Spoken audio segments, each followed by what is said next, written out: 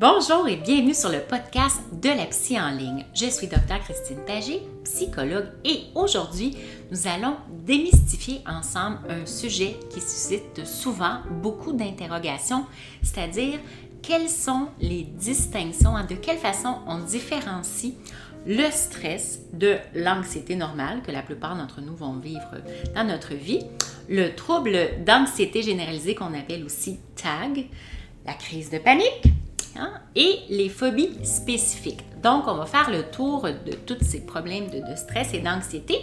Puis, vers la fin, je vais vous donner aussi des stratégies pour arriver à mieux gérer toutes ces belles difficultés qui nous empêchent souvent de dormir.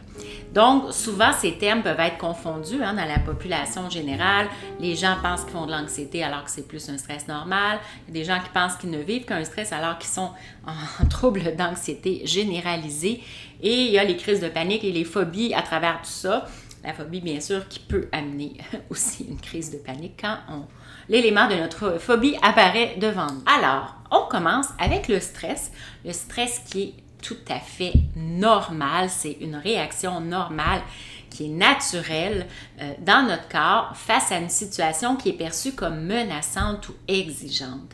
Donc, bien sûr, ce sont de vieux mécanismes de défense qui datent de l'âge de pierre des hommes de Cro-Magnon, de Néandertal, et qui devaient constamment être en hypervigilance par rapport aux animaux prédateurs qui auraient pu les attaquer ou pour pouvoir en trouver pour se nourrir aussi. Donc, de jour comme de nuit, le stress pouvait être présent pour ces peuples-là.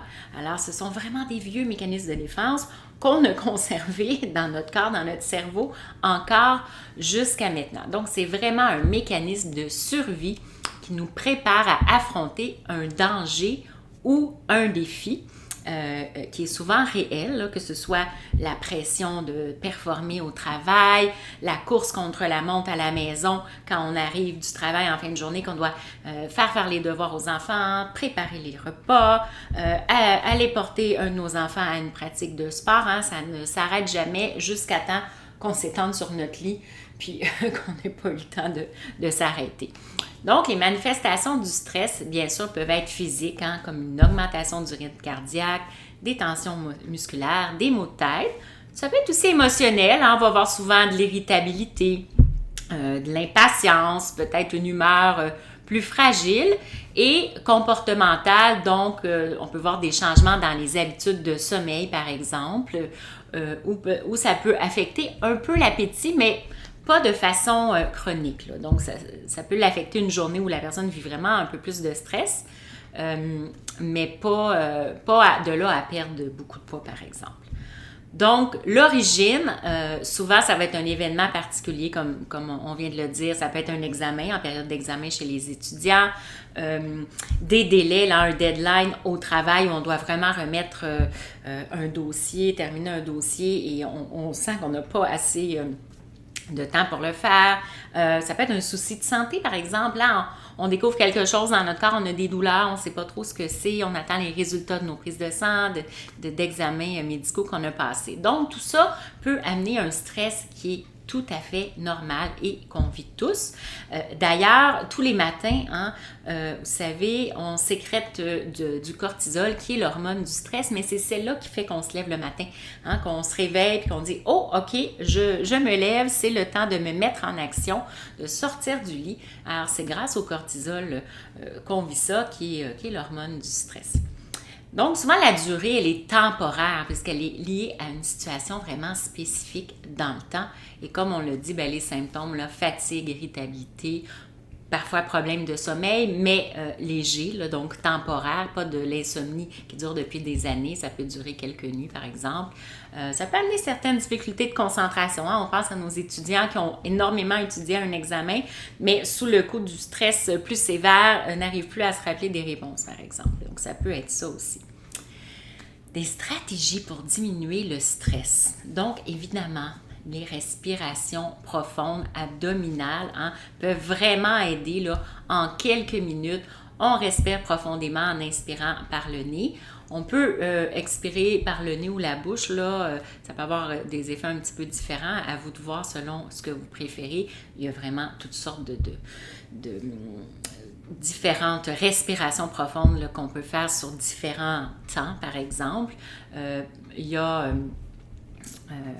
par exemple, sur des 5 temps en cohérence cardiaque, là, 5 temps inspire, 5 temps expire, et on fait ça pendant à peu près 5 minutes. Là, ça donne une trentaine de respirations au total.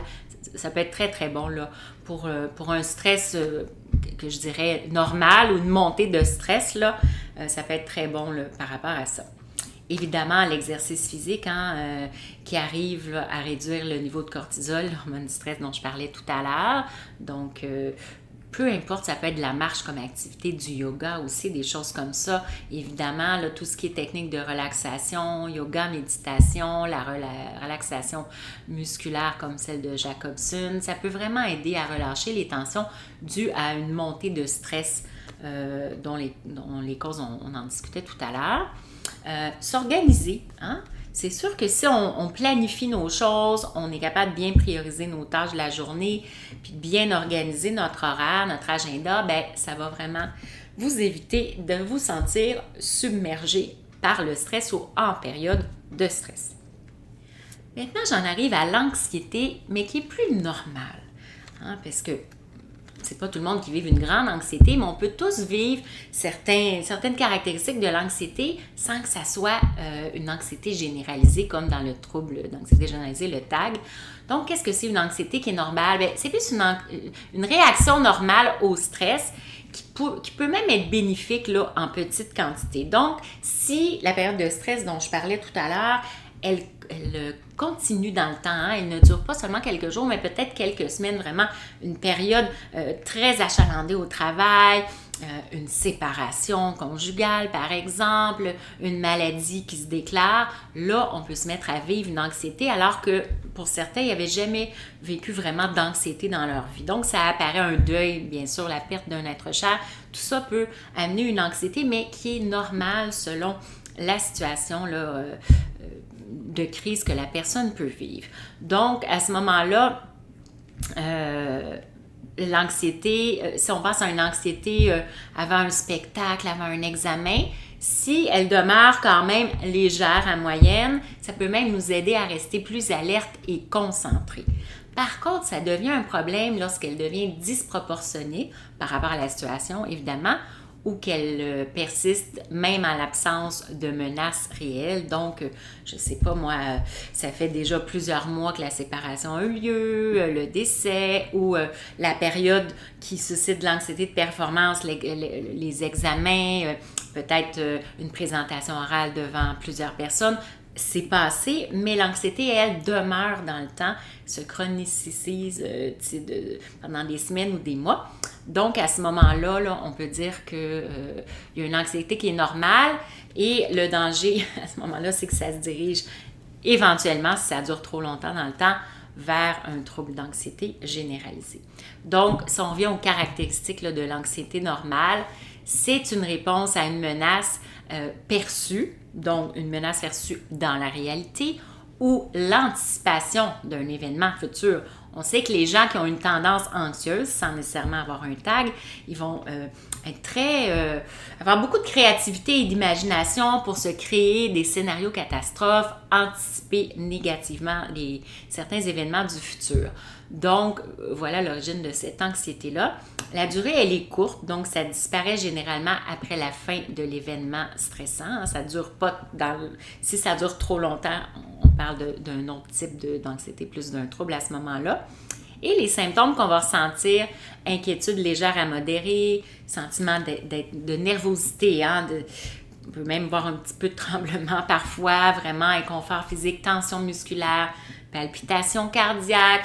Parfois, là, il peut y avoir des petits dérangements au niveau gastrique, hein, maux de ventre, diarrhée, nausées, mais ça ne reste pas dans le temps, ça ne s'installe pas. C'est ce qui distingue de l'anxiété normale avec le trouble d'anxiété généralisée. Ça disparaît après un certain temps, ça ne reste pas là pendant des mois. Maintenant, des stratégies pour diminuer l'anxiété, mais qui est dite normale, donc qui est vraiment situationnelle. On revient évidemment aux techniques de relaxation comme on en parlait tout à l'heure, la méditation en pleine conscience, entre autres avec les exercices de respiration, peuvent vraiment aider à apaiser l'esprit. Qu'est-ce que c'est la méditation en pleine conscience? C'est vraiment de prendre conscience du moment présent, des activités, des tâches qu'on est en faire en ce moment, on en profite. Par exemple, on est en train de marcher dans la nature, au lieu de se mettre de la musique, un podcast, bien, on est vraiment attentif à ce qui se passe autour de nous. On ressent les bonnes odeurs de la nature, on écoute les petits oiseaux, on ressent la chaleur du soleil sur notre peau. On profite vraiment du moment ici, maintenant, et surtout, on n'est pas en train de se créer des scénarios catastrophes, mais pas du tout, au contraire. On est dans le moment présent, dans le bien-être du moment présent et on va se le dire, la plupart du temps, dans le moment présent, on n'est aucunement en danger, surtout pas ici au Québec. On n'est pas dans un pays qui est en guerre ou qui a beaucoup de catastrophes naturelles, par exemple. Donc, on est grandement en sécurité, 99,99% du temps, tout va bien. On est en sécurité. Pratiquez aussi la gratitude. Donc, tenir un journal de gratitude, ça peut vraiment vous aider à vous concentrer sur les aspects positifs de votre vie et ça fait en sorte souvent de diminuer aussi l'anxiété après un certain temps. Donc, la gratitude, c'est vraiment, par exemple, d'écrire vos 3 meilleurs moments de la journée, vos 3 petits bonheurs, par exemple. Vous pouvez les écrire dans un carnet à la main, là, ça fonctionne encore mieux pour s'intégrer dans notre cerveau. Donc, voilà, pratiquer la gratitude, une très bonne façon aussi de diminuer l'anxiété plus normale. Puis faire des activités apaisantes. Donc, des activités qui vous plaisent, qui vous détendent, comme la lecture, écouter ou même jouer de la musique si vous le faites, passer du temps en nature, comme je le disais tout à l'heure, peindre, dessiner, des choses que quand vous les faites, le temps ne compte plus. Vous ne voyez plus le temps passer, vous aimez ça, vous vous sentez bien, l'anxiété disparaît. Donc, c'est le moment d'utiliser ce type d'activité-là pour mieux gérer votre stress et votre anxiété. Et justement, pour vous aider à vous soutenir là-dedans, à mieux gérer votre stress et votre anxiété, à l'alléger, je vous offre l'opportunité de vous inscrire à mon nouvel atelier qui s'appelle « Améliorer votre santé mentale en allégeant votre surcharge mentale » qui est disponible en pré-vente à un prix spécial jusqu'au 3 juin 2024. Donc, le lien est dans la description en dessous si ça vous intéresse de vous inscrire sur la liste de la pré-vente de cet atelier. Alors maintenant, je reviens aux troubles d'anxiété généralisée. Maintenant, on va en parler de ce fameux tag. Qu'est-ce que c'est? C'est sûr qu'à ce moment-là, on est dans un trouble. Et qui dit trouble, en santé mentale, en psychiatrie, qui dit trouble dit très grande difficulté à fonctionner au quotidien, que ce soit dans sa vie professionnelle, familiale, personnelle. La personne arrive vraiment plus difficilement à fonctionner au quotidien. Donc, elle va ressentir une inquiétude, des préoccupations excessives et incontrôlables sur plusieurs aspects de sa vie du quotidien et souvent sans raison apparente. Donc, on parle par exemple d'une personne qui craint pour sa santé, par exemple sa santé physique ou mentale, qui craint d'avoir différentes sortes de maladies, qui est presque tout le temps insécure financièrement, même si ça va bien en tant que telle, elle a ce qu'il faut dans son compte de banque pour payer ses choses, elle vit constamment de l'insécurité financière, une personne qui craint la séparation conjugale, au moindre petit signe de distance du conjoint-conjointe, elle craint que la personne veut se séparer. Évidemment, la personne qui craint qu'il arrive quelque chose à ses enfants, qui imagine toutes sortes de scénarios catastrophes qui pourrait arriver quelque chose aux enfants lorsqu'ils ne sont pas avec elle. Donc, ce sont vraiment des grandes inquiétudes, des grandes préoccupations dans plusieurs domaines de votre vie au quotidien. C'est à partir de là, entre autres, qu'on peut parler d'un trouble d'anxiété généralisé. Ça le dit, ça se généralise dans différents domaines de notre vie. Donc, on va vraiment voir des inquiétudes persistantes et excessives sur diverses situations. La durée, à ce moment-là, c'est beaucoup plus chronique que dans le cas du stress et de l'anxiété normale. Donc, habituellement, ça fait au moins 6 mois que ça dure. Pour donner le diagnostic, là, ça doit faire plusieurs mois que la personne vit ce type de préoccupation, d'anticipation négative et tout ça dans plusieurs domaines. Donc, c'est ça, chronique et depuis au moins minimum 6 mois. Et au niveau des symptômes, on va voir beaucoup d'agitation, d'épuisement, de la fatigue, des difficultés de concentration, d'attention et de mémoire, beaucoup d'irritabilité, d'instabilité d'humeur, d'impatience dans les relations avec le conjoint, avec les enfants, beaucoup de tensions musculaires, même des douleurs physiques carrément. Oui, il y a les maux de ventre, les nausées, des maux de tête, des maux de dos, différentes problématiques là, de douleurs physiques qui ne sont pas nécessairement explicables au niveau médical. Donc, on parle de psychosomatisation ici. Évidemment, des troubles du sommeil, ces gens-là font souvent beaucoup d'insomnie puisque le cerveau, le petit hamster, comme on dit, n'arrête jamais. Donc, dès qu'il y a un réveil nocturne ou quand on se couche le soir, ça n'arrête plus de cogiter ce cerveau-là et c'est très difficile de s'endormir le soir ou de se rendormir si on se réveille en pleine nuit ou très tôt le matin. Alors, on va vraiment voir ce type de symptômes chez les gens qui ont un TAG. Donc, voici quelques stratégies pour les aider, ces gens-là. Bien sûr, quand on est rendu avec un trouble, comme je disais tout à l'heure, où on n'arrive plus à fonctionner de façon optimale au quotidien, c'est préférable de voir un professionnel de la santé mentale qui va utiliser différentes approches dont la thérapie cognitivo-comportementale. En la TCC, on sait que c'est une des approches qui aide bien avec les personnes qui souffrent de TAG parce que ça va aider à identifier puis à changer les pensées négatives, toutes les fausses croyances, les scénarios catastrophes. On travaille beaucoup là-dessus, les anticipations négatives. Donc, on travaille beaucoup là-dessus et à revenir au moment présent. Entre autres, dans ce type de thérapie, on voit la thérapie d'acceptation et d'engagement, là, qui est une sous-approche de la thérapie cognitive comportementale. On travaille beaucoup les pensées, les émotions, prendre des distances par rapport à ça, utiliser l'humour. On travaille aussi à atteindre des objectifs et à faire ce qu'il faut, à mettre en action ce qu'il faut pour les atteindre, plutôt que d'aller vers ce qui nous en éloigne de nos objectifs. Donc, il y a toutes sortes de façons là, de travailler dans ce type de thérapie avec les gens qui souffrent d'un trouble d'anxiété généralisée. Bien sûr, les exercices de relaxation, c'est bon dans toute forme de stress et d'anxiété, peu importe le trouble, bien sûr. Il y a entre autres la relaxation progressive là, de Jacobson qui peut être aidante, là, où on va contracter, décontracter toutes les parties du corps. On contracte les muscles et décontracte toutes les parties du corps. La respiration profonde, là, qu'on dit diaphragmatique aussi, peut aider à réduire là, les symptômes physiques, principalement de l'anxiété. Apprendre à gérer son temps, ça on peut le faire par soi-même, on peut le faire aussi en psychothérapie. Donc vraiment développer des compétences en gestion du temps, en organisation, en planification pour réduire le plus possible les sources de stress. On se rappelle que dans le TAG, on est préoccupé par plusieurs domaines de notre vie et pas seulement un. C'est sûr que si, après avoir mis toutes sortes de stratégies en place, après avoir consulté depuis un certain moment en psychothérapie individuelle, la personne est toujours très anxieuse, elle arrive difficilement à fonctionner, le sommeil ne se replace pas non plus, on peut à ce moment-là utiliser une médication. Donc là, ça, c'est bien sûr à voir avec le médecin traitant. Il y a les anxiolytiques qui peuvent aider temporairement, puisqu'on sait que ça développe des dépendances, ou la plupart du temps, les médecins vont prescrire un antidépresseur, mais qui va venir aider à mieux gérer son anxiété là, pour les gens qui souffrent d'un TAG.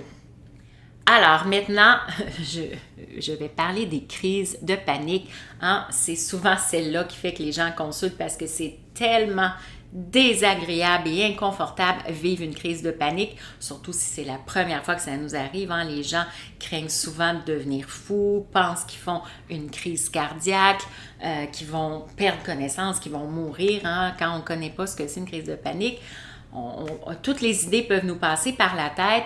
Donc, une crise de panique, c'est vraiment une période de peur intense avec des symptômes physiques très sévères et on ne sait pas nécessairement ce qui a déclenché la crise de panique. Quand je travaille avec les gens, j'essaie toujours de comprendre la première, qu'est-ce qui se passait, qu'est-ce qui a déclenché la première crise de panique, parce qu'on sait que ça va nous aider après à comprendre les crises de panique qui s'en sont suivies, parce que après ça, souvent, il y a des gens qui se mettent à faire plusieurs crises de panique de façon fréquente avec de moins en moins de délai entre, là, jusqu'à temps qu'ils consultent. Donc, c'est important d'identifier ce qui s'est passé cette fois-là, puis entre autres de travailler là-dessus, là, tout dépendant c'est quoi l'élément déclencheur. Donc, ça peut vraiment survenir sans avertissement et parfois sans raison apparente. Et c'est ça qui est difficile parce que ça vient créer comme une sensation de terreur intense, de perte de contrôle. Les gens craignent de perdre le contrôle, mais parfois, ils ne se souviennent pas, ils ne savent pas qu'est-ce qui l'a déclenché. Et le problème aussi, c'est que si on développe un trouble panique, c'est qu'on peut vraiment faire des crises de panique sans élément déclencheur rendu à ce moment-là. Là, on ne sait vraiment plus qu'est-ce qui se passe. On peut en développer un peu partout. C'est pas juste à la maison ou dans le public ou au travail. C'est partout que ça généralise. Là, on est dans le trouble panique à ce moment-là. Là, je reviens, moi, à la crise de panique en tant que telle. Donc, si je fais un petit résumé, les caractéristiques, c'est souvent imprévisible. Ça peut être déclenché par des situations stressantes, anxiogènes ou apparaître de manière spontanée. Souvent, c'est très bref, en fait. Une crise de panique, ça dure autour de 15 minutes, maximum une demi-heure dans le pic, on dirait. Là, on peut avoir une très grande anxiété qui ne va pas jusqu'à la crise de panique, mais en haut de la courbe, là, avant que ça redescende, c'est 15 à 30 minutes maximum et ensuite on redescend. C'est sûr qu'on peut rester encore dans une anxiété très intense, mais sans être dans les symptômes physiques de la crise de panique. Et ce sont quoi ces fameux symptômes? Si vous l'avez vécu, je pense que vous savez, évidemment, palpitations cardiaques, des sueurs froides dans ce qu'on appelle tremblements, sensation d'étouffer, de suffoquer, les douleurs thoraciques qui font penser à une crise cardiaque, les nausées, la diarrhée, des vertiges, la sensation qu'on va perdre conscience, on se sent vraiment pas bien, on se sent faible et comme je l'ai tout à l'heure, ça peut aller jusqu'à la peur de mourir ou on pense qu'on est en train de devenir fou. Donc, ça fait plusieurs. Là, évidemment, on hyperventile aussi. C'est ce qui explique la plupart de ces symptômes en nous mettant à respirer rapidement. Bien, évidemment, le cœur débat. Et en fait, c'est que toute notre énergie est envoyée dans nos jambes, dans nos bras pour fuir le danger le plus rapidement possible. Je reviens à mes hommes de Cro-Magnon du début. Les hommes de Cro-Magnon, s'ils rencontraient un mammouth ou un gros animal prédateur, ils pouvaient soit le fuir, donc il faut courir très très vite, soit le combattre parce qu'il avait faim, il voulait manger. Et parfois, on peut figer. Avec la peur, on peut figer et c'est un peu ça la crise de panique. Au lieu d'utiliser toute cette énergie pour fuir un danger, bien on fige parce qu'en fait, le danger, souvent, on ne sait pas ce que c'est. Il est dans notre tête, il n'est pas réel. C'est pas dans la réalité. Notre danger il est dans notre imaginaire, dans une pensée qu'on a eue et on ne s'est pas rendu compte. Ou parfois, et je vais en arriver après avec les phobies, ça peut être déclenché vraiment par l'objet de notre phobie. Exemple, on a peur des chiens, très très peur, on a une phobie des chiens, on marche sur la rue, on voit un chien, les symptômes s'installent et ça peut aller jusqu'à la crise de panique à ce moment-là. Donc, dans un monde idéal, comme l'énergie est envoyée pour soit combattre ou fuir, bien, on va courir, tout simplement courir, sauter, marcher rapidement. Ça va venir aider à rétablir le cortisol, l'adrénaline qui se sont déclenchés aux hormones de stress qui sont partout dans notre corps. Boire de l'eau, ça peut aider. On va mettre en place des choses pour que l'énergie soit mieux dirigée, on pourrait dire, puisque là, on le dit, il n'y a pas de danger réel, mais notre corps vient de réagir comme s'il y avait un tigre qui vient d'entrer dans la pièce. C'est vraiment comme ça que le corps réagit et ça amène les différents symptômes. L'énergie est envoyée pour combattre, pour fuir, donc il n'y a plus d'énergie qui est pour notre digestion. Donc, de là, les maux de ventre, les nausées, les diarrhées et tout, c'est que là, il n'y a plus rien sauf fuir ou combattre. Donc, c'est un peu ce qui se passe au niveau des symptômes. Et je viens de vous parler de quelques stratégies. Il y en a d'autres, respiration contrôlée. Si on n'est pas en moyen de sortir dehors, marcher ou courir, sauter, hein, c'est pas toujours le temps de le faire, bien, c'est sûr qu'on peut faire une respiration lente et profonde pour réduire l'hyperventilation. Alors, c'est une respiration un peu différente de celle qu'on fait pour diminuer le stress et l'anxiété, puisque là, on doit vraiment ralentir notre respiration pour réduire l'hyperventilation. Donc, on va plus arrêter. C'est vraiment une respiration qui est contrôlée, très, très lente, très profonde pour vraiment diminuer le fait que on hyperventile. Donc, on veut diminuer. Alors, c'est une respiration qui est plus contrôlée. On peut utiliser aussi des techniques d'ancrage, hein, des techniques, comme on dit, de focalisation, là, comme de mise à la terre, de grounding en anglais.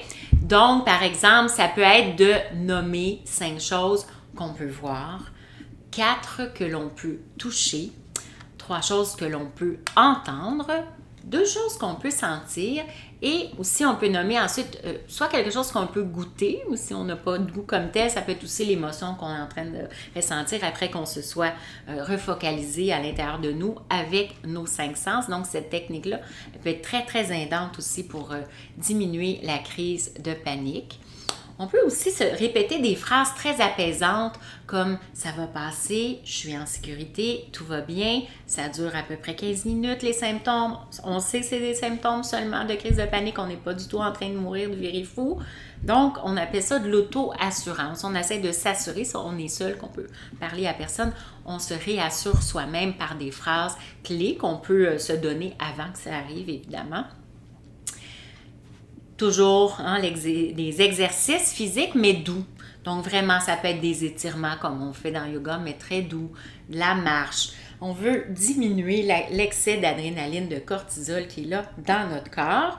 Donc, ça peut être ça aussi. Hein? Si la course, la marche rapide, sauter, ça pour vous, ça ne fonctionne pas, ça ne vous aide pas, là, vous pouvez aller plus dans l'exercice physique plus doux. Donc, on essaie de tirer une stratégie. Évidemment, on garde celle qui fonctionne. Hein, ça fait quelques fois que je vous parle de phobies. Alors, des phobies spécifiques qu'on appelle, qui sont souvent causées par un seul objet de peur et non pas par, si on pense à l'agoraphobie, là, j'en parlerai pas aujourd'hui, mais si on pense à l'agoraphobie, qui est vraiment la peur de faire une crise de panique en public et qui fait qu'on se met à craindre le centre commercial, le cinéma, les spectacles en plein air, à l'épicerie, tous les endroits où il peut y avoir beaucoup de monde.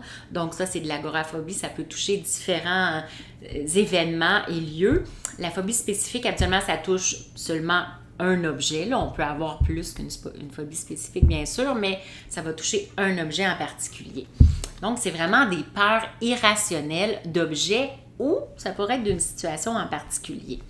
Donc, comme je le disais, contrairement à l'anxiété généralisée, les phobies sont focalisées sur des éléments précis. Hein? Ça peut être les hauteurs, pour ceux qui ont un grand vertige, les ascenseurs, par exemple, les animaux, hein, la phobie des chiens, des chats, des araignées, une des phobies les plus répandues sur la planète, peur des araignées, la peur de situations comme celle de prendre l'avion, par exemple, la phobie de vomir qui est extrêmement, qu'on voit extrêmement, même si on entend plus ou moins parler, c'est une des phobies qu'on voit le plus aussi là, avec celle des araignées, celle de prendre l'avion. La phobie de parler en public, hein, de faire une présentation orale devant d'autres personnes. Alors, ce sont toutes des phobies qu'on appelle spécifiques. Donc, comment on les caractérise? Les phobies spécifiques, donc, comme je disais, c'est l'objet, une situation spécifique, hein, araignée, avion, un espace clos. Il y en a qui n'aiment pas être enfermés, se sentir enfermés dans un espace très petit. La durée, bien, c'est sûr que ça peut être de longue durée, une phobie, hein, parce que c'est persistant dans le temps. Donc, tant que la personne va éviter l'objet ou la situation phobique, la phobie risque de durer. Alors, elle s'est peut-être développée à 5 ans, 10 ans, puis à l'âge adulte, 30, 40, 50 ans, on a toujours cette phobie qui est là si on ne l'a jamais confrontée. Les symptômes, bien sûr, une peur extrême, immédiate et souvent très irrationnelle, surtout pour les gens de l'entourage qui n'ont pas cette phobie-là. Hein? Si la part des gens aiment les chats, aiment les chiens, puis que nous, on a une peur vraiment phobique, c'est difficile à comprendre. La personne qui a peur, si on adore voyager, prendre l'avion, c'est vraiment pas un problème. C'est comme prendre la voiture, puis que la personne à côté est en crise de panique avant d'embarquer dans l'avion. Alors, c'est difficile des fois à comprendre la phobie des gens par rapport à ça. Donc, beaucoup de comportements d'évitement qu'on va voir. Bien sûr, on veut tout faire pour éviter la situation phobique, l'objet phobique. Donc, on va, comme je disais tout à l'heure, s'il y a un chien, on va aller de l'autre côté de la rue, se mettre à marcher très vite. On va vraiment tout faire pour éviter, on va éviter de prendre l'ascenseur, on va prendre l'escalier. Il y a des gens qui ne voyagent pas, évidemment, parce qu'ils ont la phobie de l'avion. Des gens, on peut penser à des gens qui ont peur de conduire sur l'autoroute, qui refusent d'aller sur l'autoroute ou de passer sur un pont, par exemple, qui vont trouver tous les moyens possibles de passer par des petites routes où il n'y a pas de pont. Alors, vraiment plusieurs comportements d'évitement. Et bien sûr, des réactions physiques quand on voit l'objet de notre peur ou qu'on vit la situation, les mêmes un peu là, que la crise de panique, les sueurs, palpitations cardiaques, tremblements, tout ce qui fait qu'on ne se sent pas bien dans notre corps, dans notre peau. Ça peut être très difficile. Heureusement, on n'est pas toujours confronté à notre objet phobique ou à la situation. Donc, une fois qu'on a évité puis que la situation n'est plus là, l'objet n'est plus là, le corps, tout se remet en ordre dans notre corps, dans notre cerveau, puis on continue notre marche, par exemple. On continue l'activité qu'on était en train de faire et tout se replace dans notre corps. Donc, des stratégies pour diminuer les phobies spécifiques. Il y a en thérapie comportementale ce qu'on appelle l'exposition graduelle.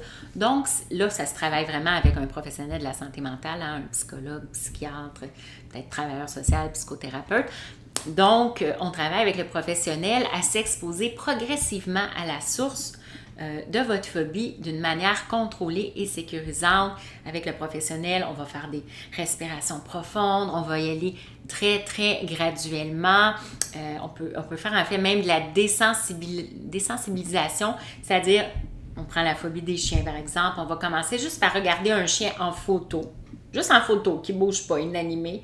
Après, ça peut être des vidéos de chiens. Et ensuite, pour aller, à un moment donné, voir un chien de loin, voir quelqu'un qui joue, qui flatte un chien, mais toujours de loin, puis qui se rapproche, jusqu'à ce que la personne soit capable, elle aussi, de rencontrer le chien, de le flatter ou de jouer avec lui. Donc, c'est vraiment graduel. Comme je disais, c'est une approche qu'on utilise en thérapie cognitivo-comportementale qui peut aussi nous aider à changer nos pensées négatives associées à la phobie. Toujours les techniques de relaxation, dont celle de Jacobson dont je parlais tout à l'heure, vont aider à gérer l'anxiété lorsque l'objet de la phobie survient. Dans certains cas, surtout si la personne elle est régulièrement exposée à la situation ou à l'objet de la phobie, on pense à quelqu'un qui doit voyager par affaires dans son travail, mais qui a une phobie de l'avion. Bien, c'est sûr que la médication peut être très utile et efficace à ce moment-là parce qu'elle va permettre à la personne vraiment de se relaxer avec des anxiolytiques, par exemple. La personne peut prendre l'anxiolytique seulement pour la durée de son voyage en avion, elle va être plus relaxe, elle va être capable de faire le voyage, puis pouvoir vaquer à ses occupations professionnelles, par exemple. Donc, ça peut être une façon, on la prend seulement dans la situation spécifique, la médication, le reste du temps, on n'a pas besoin d'en prendre. Donc, souvent, ça va être pour gérer les symptômes là, en lien avec l'exposition à l'objet de sa phobie. Donc, en conclusion, je pense que c'est essentiel vraiment de comprendre tout ce qui distingue, puis de tout ce qui distingue, là, on a parlé de stress, anxiété normale, troubles d'anxiété généralisés, des crises de panique et des phobies. Je pense que c'est important de bien distinguer les caractéristiques de chacune de ces difficultés de stress et d'anxiété. souvent, hein, vous avez vu, c'est la sévérité des symptômes, l'intensité des symptômes et la durée dans le temps qui va pouvoir nous permettre là, d'identifier dans quelle étendue on est, puisque bien sûr, hein, si on regarde les choses, on part avec un stress, tout le monde vit un stress, comme on le disait tout à l'heure, qui peut aller vers une anxiété normale selon l'épreuve qu'on peut vivre ou une difficulté momentanée comme période de fin de session, les examens pour les étudiants, là, le stress peut devenir plus un peu d'anxiété. Si ça se chronicise dans le temps, ça continue, on peut aller jusqu'à développer, par exemple, un trouble d'anxiété généralisé qui va se généraliser à plusieurs domaines de notre vie, hein? Et à travers tout ça, on peut vivre parfois des crises de panique quand l'anxiété est trop élevée. Et il y a les phobies aussi à côté de ça, qui peuvent être là seulement dans des moments très spécifiques. La plupart du temps, on peut être assez calme, relax, pas avoir un grand stress, mais quand on voit apparaître l'objet de notre phobie ou qu'on doit confronter une situation très anxiogène pour nous, là, les symptômes apparaissent, la phobie est là, on essaie d'éviter ce qui nous rend anxieux. Donc, j'espère que ça vous a aidé là, vraiment à faire la distinction entre tout ça, mais aussi à vous donner des pistes de solutions, hein, des stratégies que vous pouvez utiliser pour chacune de ces difficultés. Bien sûr, vous avez remarqué tout ce qui relève de la relaxation, la respiration profonde, faire de l'exercice physique, que ce soit un petit peu plus intense ou plus doux, selon votre personnalité, selon vos besoins. Vous avez vu que ça, on va le voir pour toutes les problématiques. C'est toujours bon là, pour toutes les problématiques. Donc, si vous vous reconnaissez dans la description d'un de ces troubles-là, principalement tout ce qui relève plus d'un trouble anxieux, bien sûr. Si vous vivez seulement un stress plus normal, vous n'avez pas nécessairement besoin de consulter un professionnel, mais si vous vous retrouvez dans un des troubles anxieux, n'hésitez pas à consulter un professionnel de la santé mentale pour obtenir de l'aide. Alors, merci grandement aujourd'hui de m'avoir rejoint sur le podcast de la psy en ligne. J'espère que cette discussion, ces stratégies vous ont vraiment apporté des éclaircissements puis des outils pour mieux gérer votre bien-être, hein, votre santé mentale, vivre une saine santé mentale. Évidemment, ça me ferait plaisir si vous avez des questions ou des sujets que vous aimeriez voir abordés dans les épisodes à venir, mais surtout n'hésitez pas à me contacter par courriel ou par Messenger sur mon groupe privé Facebook pour une saine santé mentale, alléger votre charge mentale ou sur Instagram en DM à la psy en ligne. Donc, je vous dis comme toujours, prenez bien soin de vous et de votre stress avec bienveillance. Au revoir!